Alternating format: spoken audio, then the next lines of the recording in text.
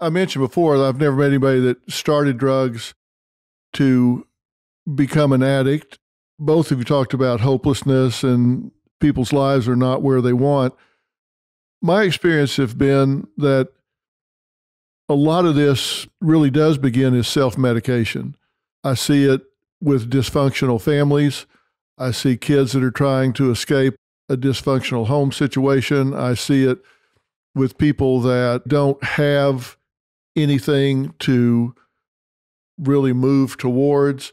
They kind of do this by default, but it is a self-medication type thing. They're trying to fight off the depression, the boredom, the hopelessness, the helplessness, those feelings. And before they know it, they start doing drugs, and then pretty soon the drugs are doing them.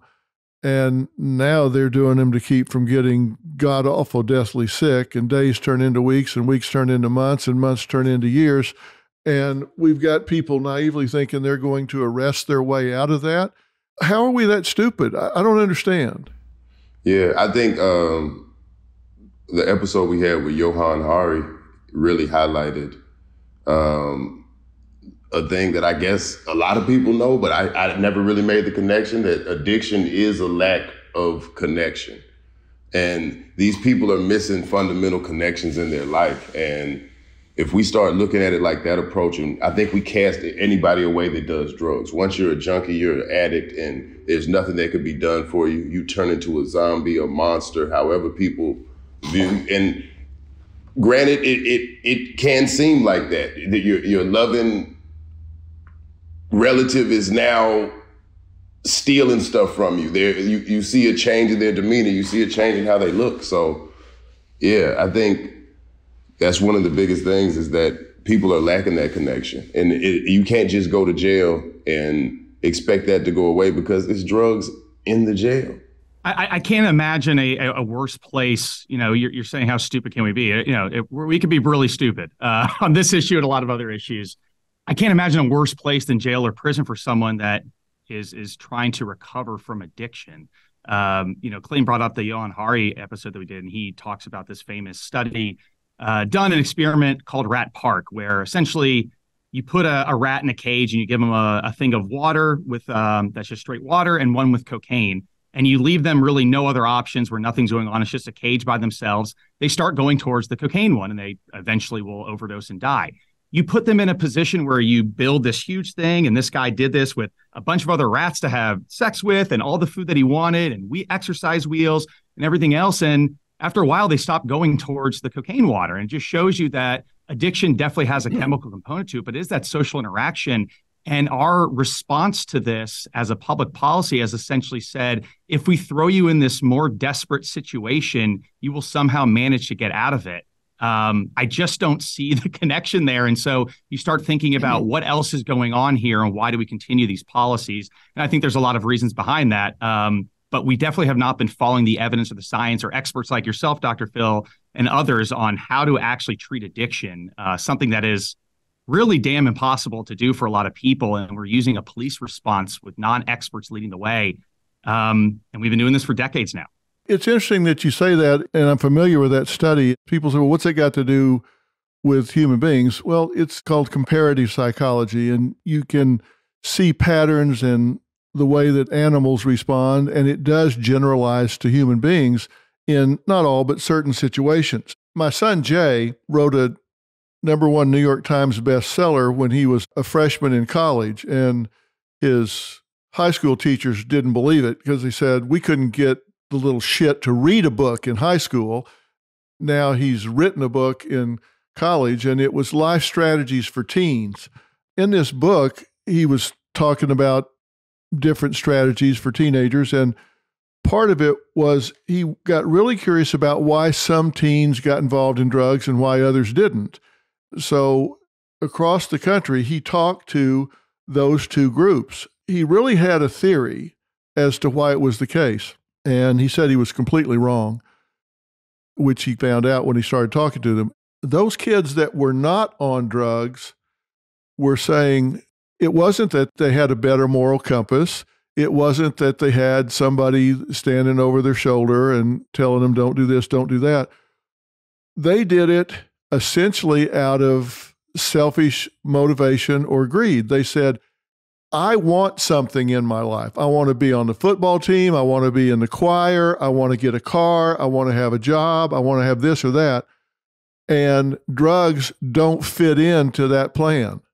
They had a passion. They had a goal. They had something they wanted, and drugs were inconsistent with that. When he talked to those that were on drugs, why, their basic answer was no reason not to. They didn't have that goal. They didn't have a job they wanted. They didn't have an objective to get into the choir or on the football team or to buy a car or whatever. It was interesting.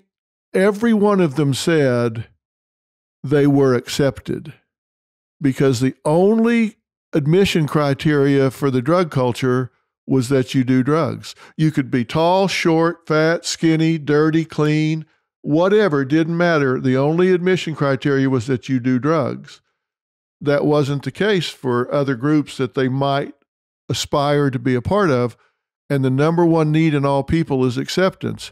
That's real. Even the most dysfunctional, withdrawn, awkward, nerdy, whatever kid could find acceptance here. The only thing he had to do was drugs. Yeah. And he or she was in.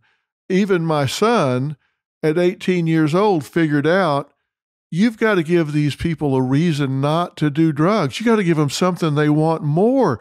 Find their passion, set up a goal, give them something to aspire to that this interferes with.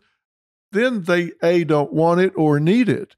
And I thought, I got an 18-year-old kid that's figured this shit out, and we can't break the code in 50 years? Yeah. And this kid barely reads. That's real. Yeah, exactly. Yeah, they had to strap him to a chair to get him to read a history book. Yeah. Actually, I've never thought about it this way, but Clayton, you told me, I've never thought, but like a lot of drug cohorts are probably some of the most diverse groups of people that you'd ever find together. Maybe there's a lesson. Yeah, well, I just think about even smoking weed, like it teaches you how to be a drug addict a little bit. It teaches you how to hide it. You learn where I can see it as a gateway from that aspect, as now you know where the drugs are. Now you know where the drugs are being done. Now you know who to go to get these things from. And yeah, I could definitely see that acceptance thing. That's spot on.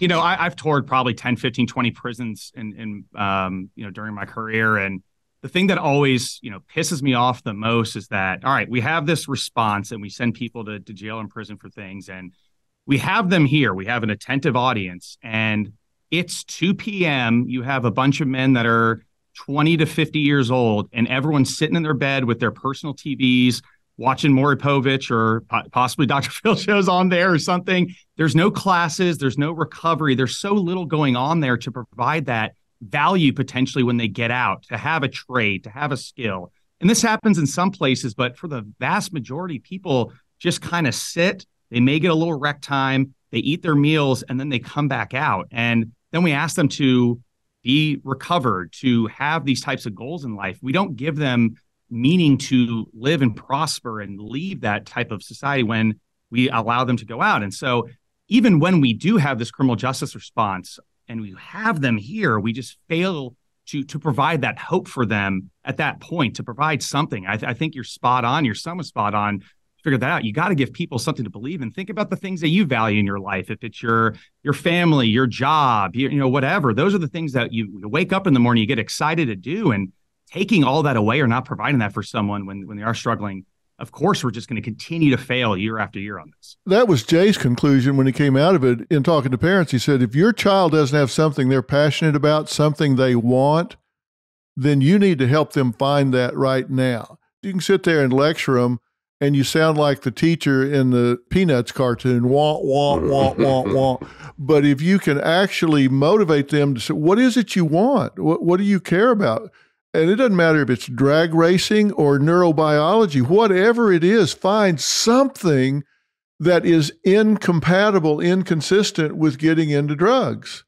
When I went to high school, I played sports, and we had to have an eligibility card signed every week. Every teacher had to sign it, and they had to sign it on academics and citizenship. So if you didn't behave, you got your ass kicked out of class, you couldn't play that week. Right. Right. So just that incentive, because I wanted to play in that game. So you'd think about, well, I could do this or that. And I'm like, yeah, better not do that. Yeah, you go to class with some act right.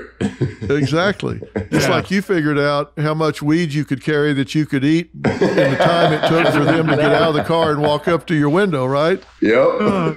I remember that in high school too. Like, we had 717. If I was not checked in with my football coach, the first time you did it that week, you were running gassers, and he said, had some colorful words, how long and what body parts you're going to have to pick up off the ground. You did that 2 times a week. You were sitting out that first quarter. That was, and imagine, my dad, if I had to talk to him and say, my God, I'm missing the first quarter of this game because I couldn't get my ass out of bed. I wouldn't be great. It was that incentive measure. Yeah, it was just that little thing to get you there. Yeah. Yeah.